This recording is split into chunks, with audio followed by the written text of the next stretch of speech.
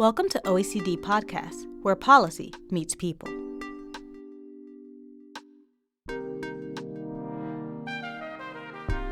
We've all seen it, heard about it, been warned of its dangers.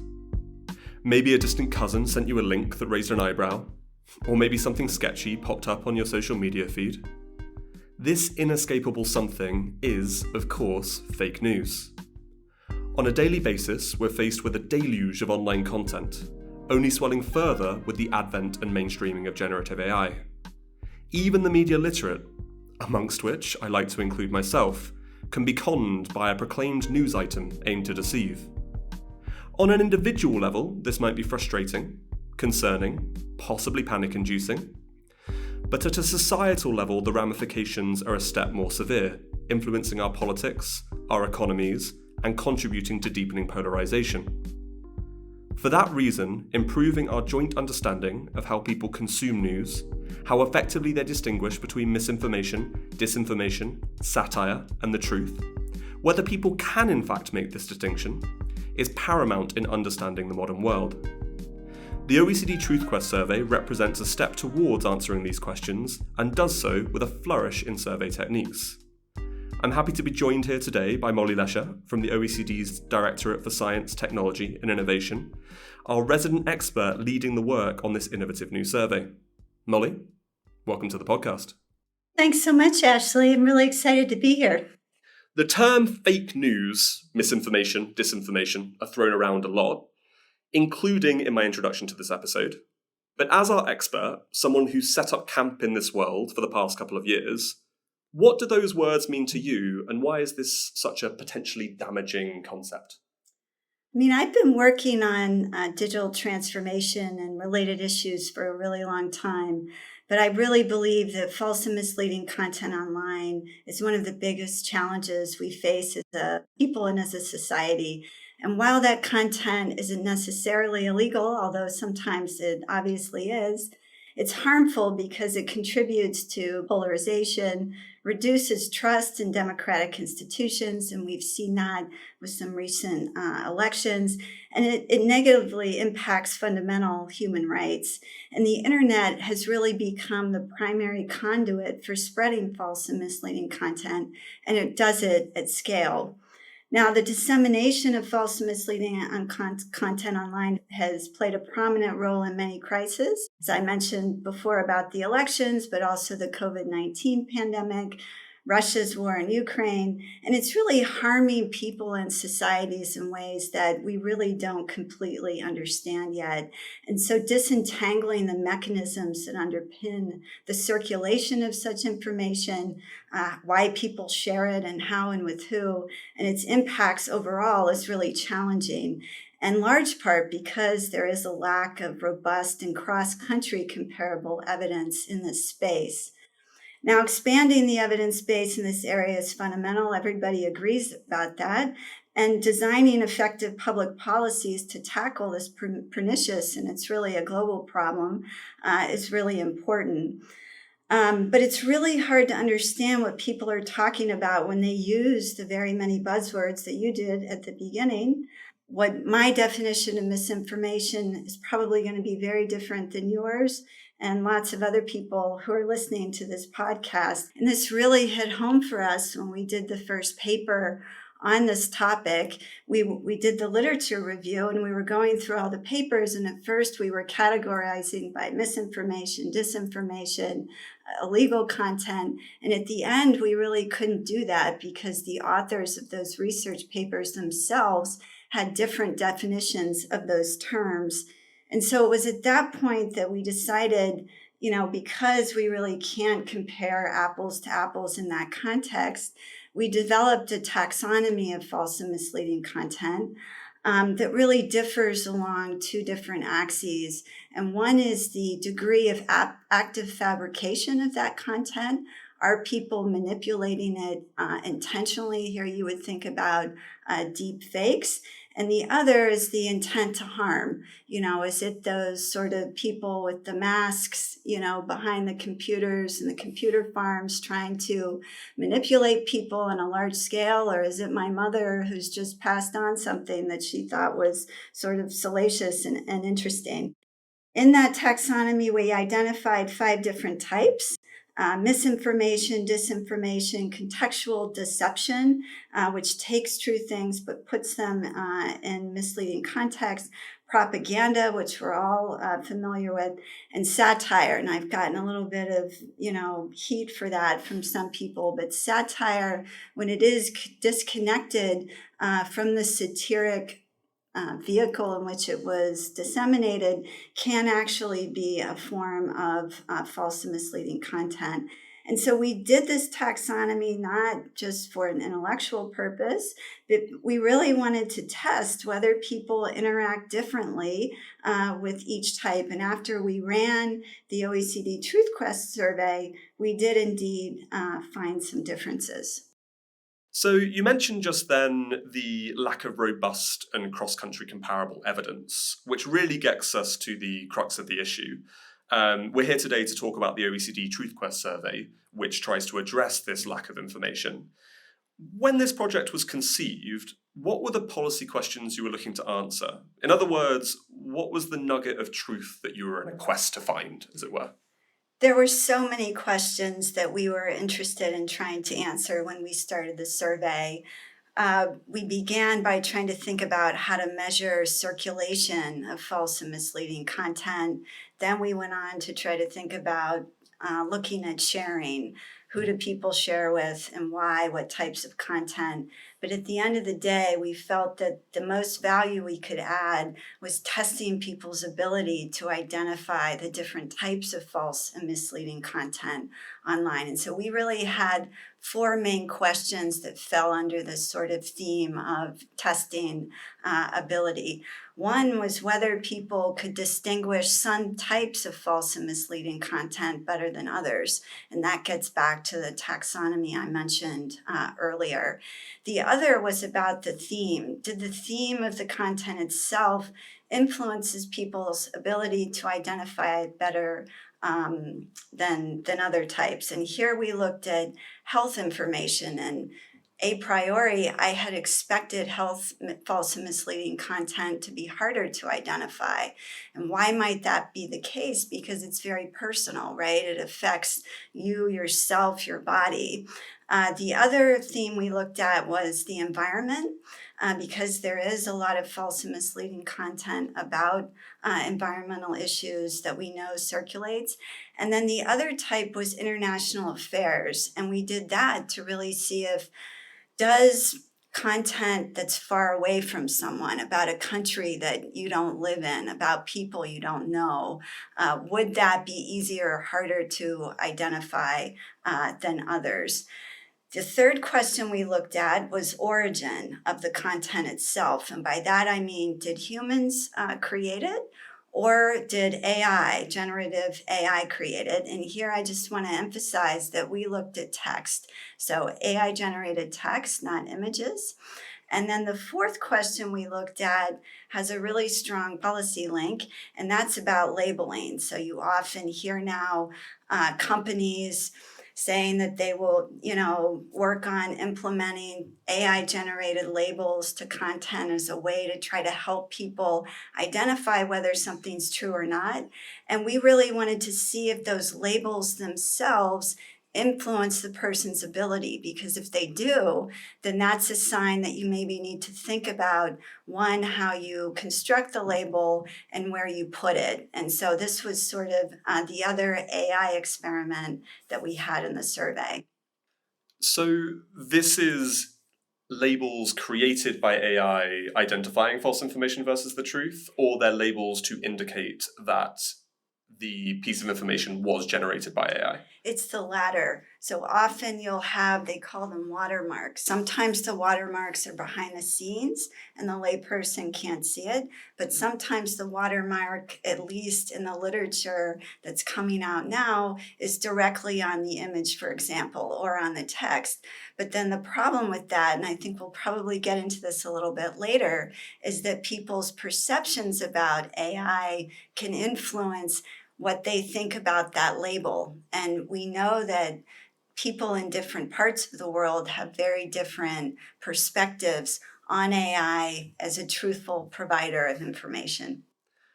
So you have all these questions, these 4 main research questions. What would you say were the key challenges in trying to address them? Because these are difficult topics to try and pick up.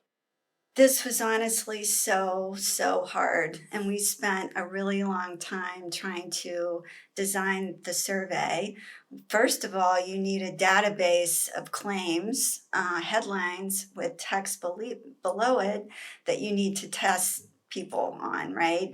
And so just getting access to the database of claims is sort of hard in and of itself. And then you have to find culturally neutral claims that you can, because if we don't have culturally neutral claims, then we can't say that the results we have are the same across countries. And that's really our value added in the survey, is the cross-country comparable nature of the claims. So for example, of the claims that we used, none of them relate to famous people. None of them relate to things that happen in the countries in which we surveyed.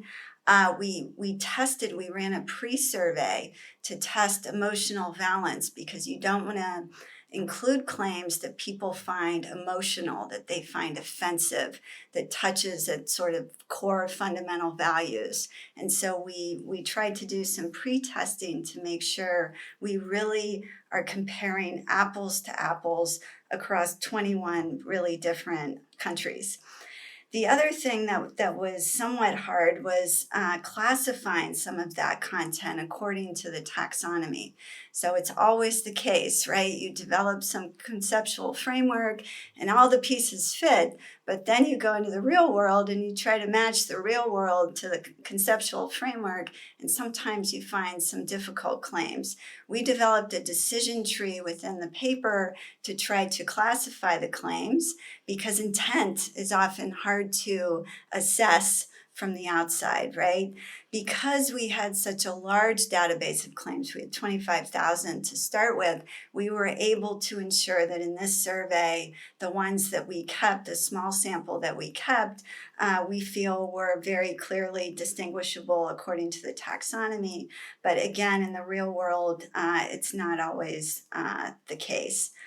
And then again, that cross-country comparability was another challenge. So we obviously translated all of the claims into the main languages of the 21 countries, but we also localized it. So the Portuguese that was seen in Brazil was somewhat different than the Portuguese that was seen in Portugal. And so this took a lot of time. It's not just send it to the translation service and bring it back. We actually had real native people from all of the countries testing all of the claims. So all of this took a long time. We had to develop the frame in which the content was administered. So survey participants didn't just see in the abstract a sentence, which was a headline, and then a couple paragraphs that was the accompanying text. They saw it in a generic social media frame. Okay, so lots of challenges, and you already noted a couple of methodological innovations to overcome those challenges, like running a pre-survey. Could you tell us a little bit more about the methodology? Because I know there's some gamification involved in this survey, and I'd be really interested to hear about some of those innovations. Yeah. So we tried to turn the survey into a type of game to try to increase sort of engagement with the content itself. And so we used avatars. People had to pick whether they would be a lion, a dog, or a cow.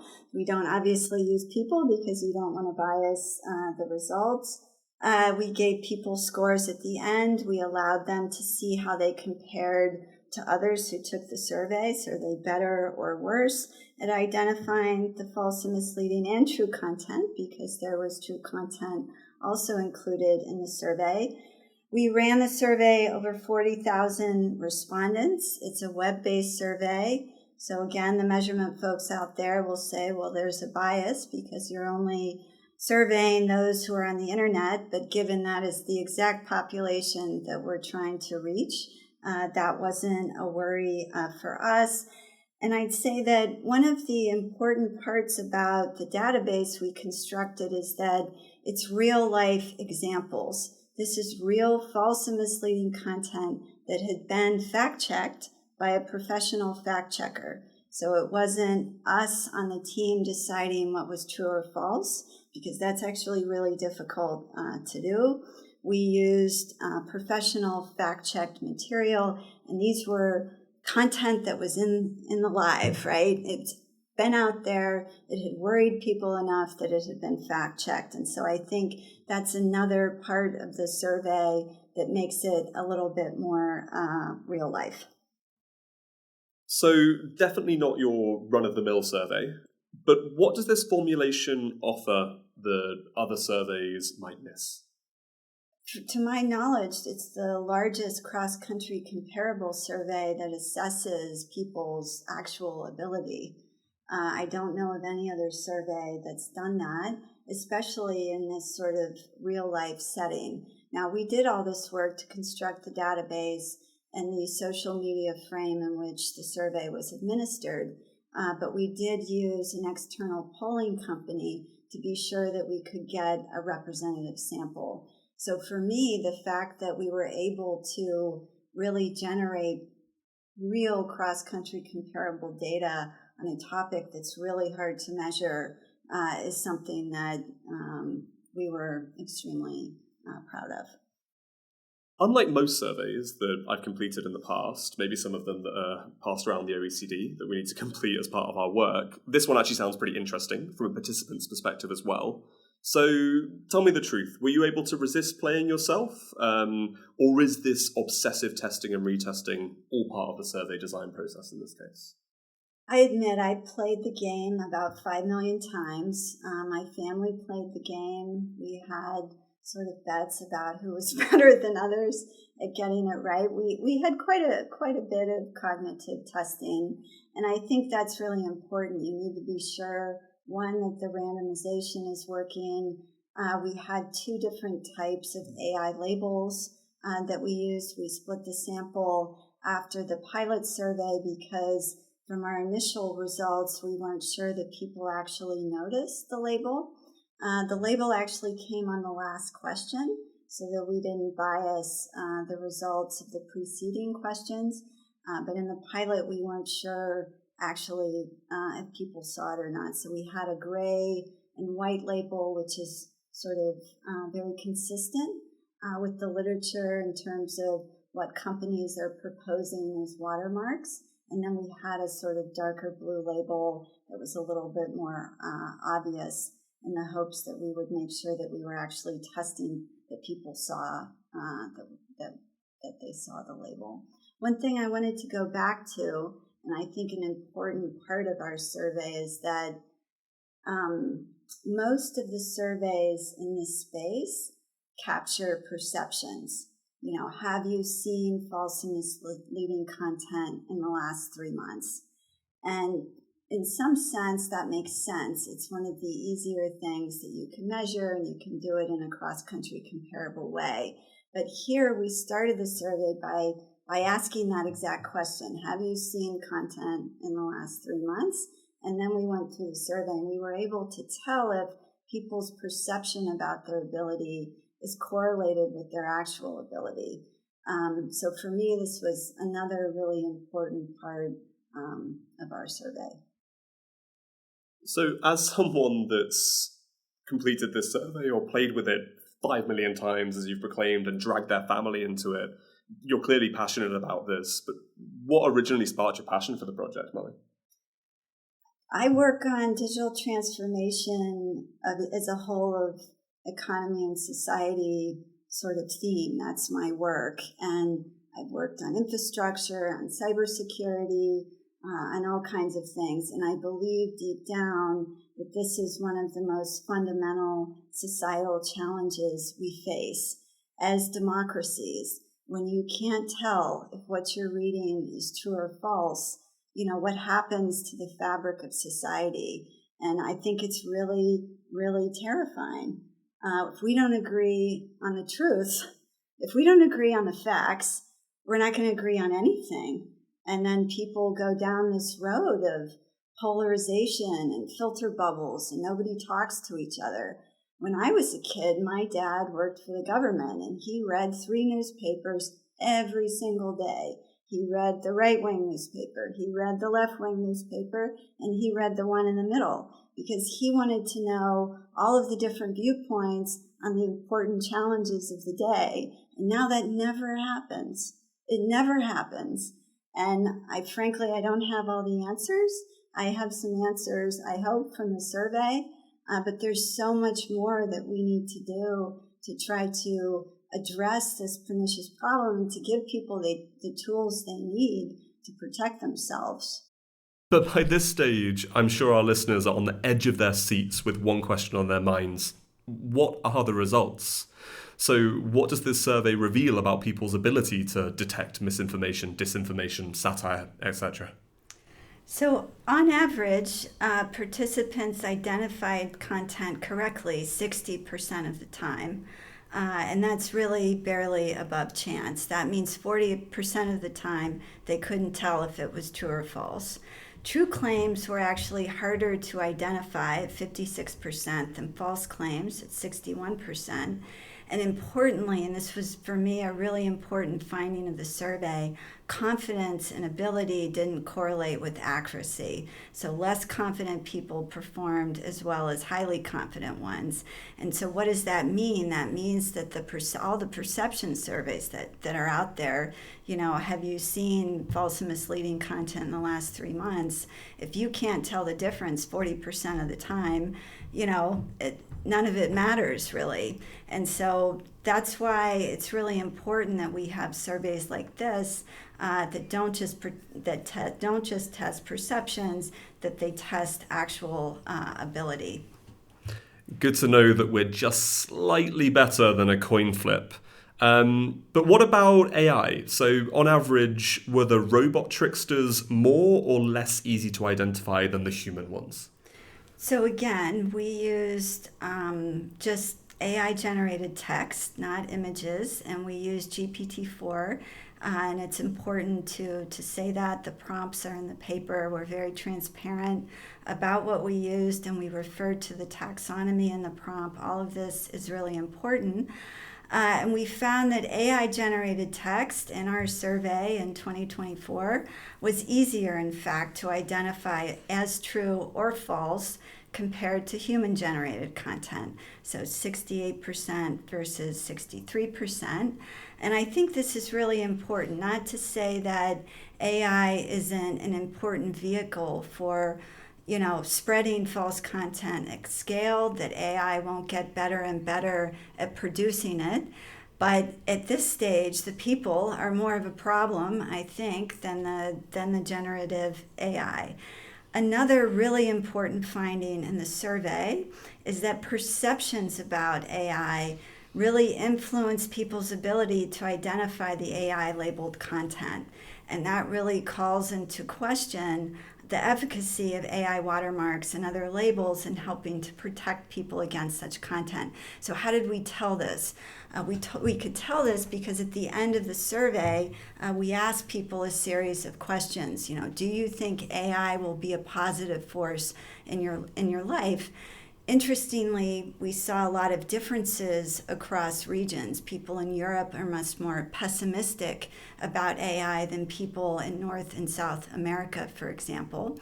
And just as sort of a personal vignette, what I find often very interesting is when you talk to people about AI-generated content, at least me, they almost always assume it's false. And that's not the case, right? AI does generate true content as well, but that's another bias that then these labels can sort of lead on, AI generated content. Okay, phew. So humans still just about outperform AI in the false information game for textual content, at least. Now, I promise this is my last question on results. There are just so many ways to look at these data, and I know that you would have had the information on the characteristics of the survey respondents about what countries and demographics. So were there any notable differences? So yes, there were across regions. So the Nordic countries definitely performed the best. Latin American countries definitely performed lower. Education and income had the strongest correlations with accuracy. Age and gender showed minimal impact, though younger respondents in some countries struggled a bit more. As a funny aside for the female listeners, men in every single country we surveyed were the most confident in their ability to identify false and misleading content than women. We have lots of other findings in the paper. One that I think is really important is, how does reading more context about a headline, does it help people identify whether it's true or not? And our results show that for some types of the taxonomy, it does indeed, but certainly not for all types. And on average, it doesn't really help. And that has a huge policy implication, because what everybody talks about in this space is media literacy. We need to teach people, how to do better, how to identify this content. And one thing they always say is that you need to read more about the headline. And in fact, it doesn't always help.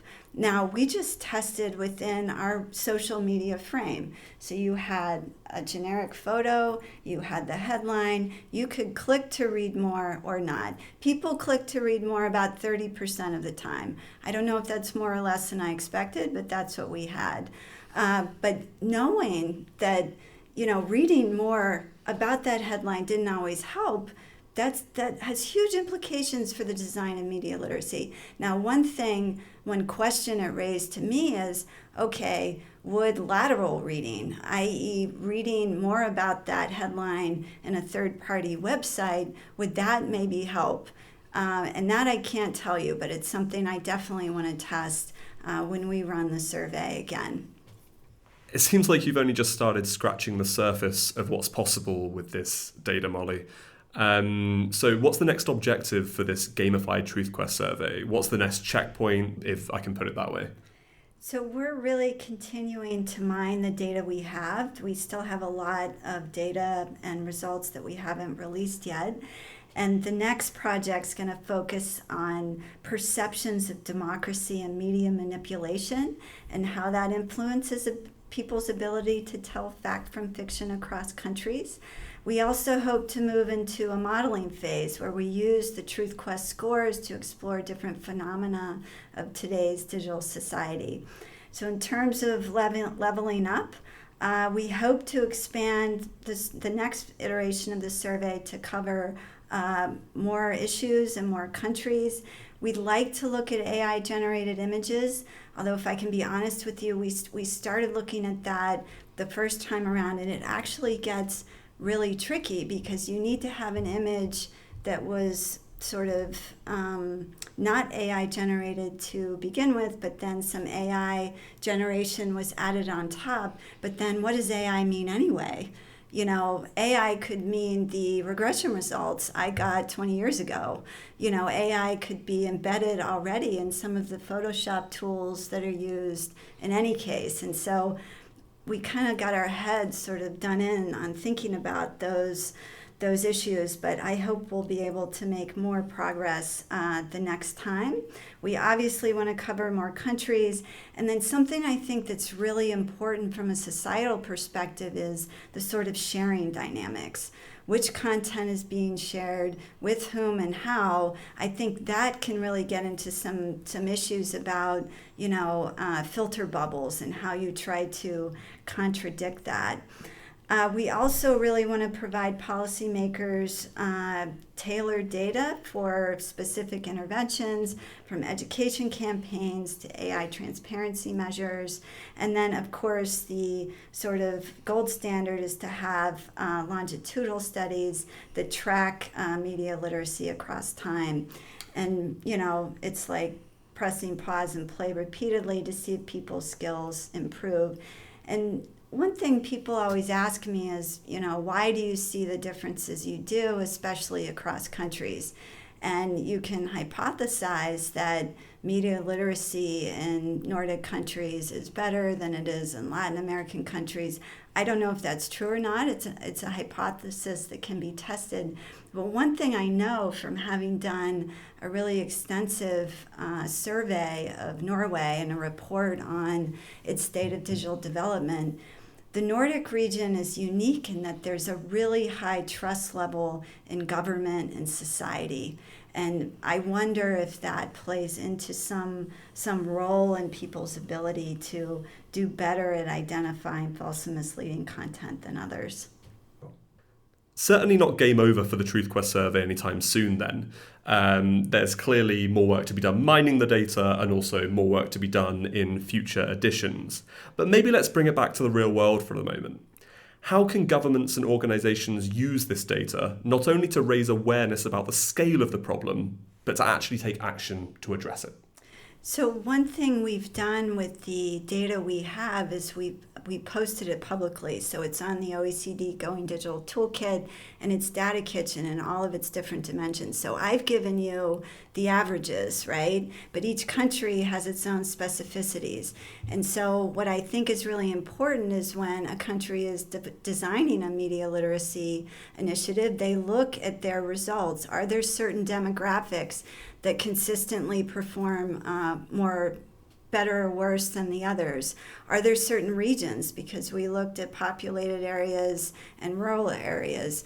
Are older people somehow not doing as well for some reason in a specific country? And so that's, I think, something that's really, really important. There aren't just generic policy recommendations that we give to all countries. Countries need to look at their own situation, and we've given them this wealth of data to do that. And I really hope that they use it because, we want to see improvement. And I really hope that this provides some sort of public service to the countries. Well, Molly, I think that's all we have time for today. This has been a fascinating conversation with obviously very real-world implications. The Truth Quest survey really does seem like a Swiss Army knife for understanding misinformation. Practical, adaptable, but maybe not quite as useful on a camping trip in the woods. Thank you for breaking it all down for us. So my pleasure, Ashley. It was a really great pleasure to be here. And I also wanted to have a little shout out to my partner in crime on this project, Hannah Pavlik, of which none of these results would have been possible. So thanks, shout out to Hannah, and thank you again for having me on the podcast.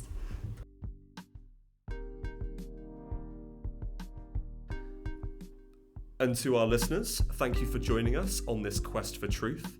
Together, we've taken quite the journey. We've uncovered how misinformation affects individuals and societies, explored the innovative ways that the Truth Quest survey sheds light on these challenges, and delved into some of the surprising findings about how well, or not so well, we discern truth from falsehood. Most importantly, we've learned how this data can help policymakers create targeted strategies to tackle misinformation head-on. A special thanks to all our guests in this limited series for sharing their expertise. Join us again for more insights on key OECD statistics and indicators to help make sense of today's pressing challenges. Until then, you can find us on LinkedIn or on X at OECD Statistics, or reach out to us via email at stat.contact@oecd.org. As always, stay curious and keep exploring the world of data.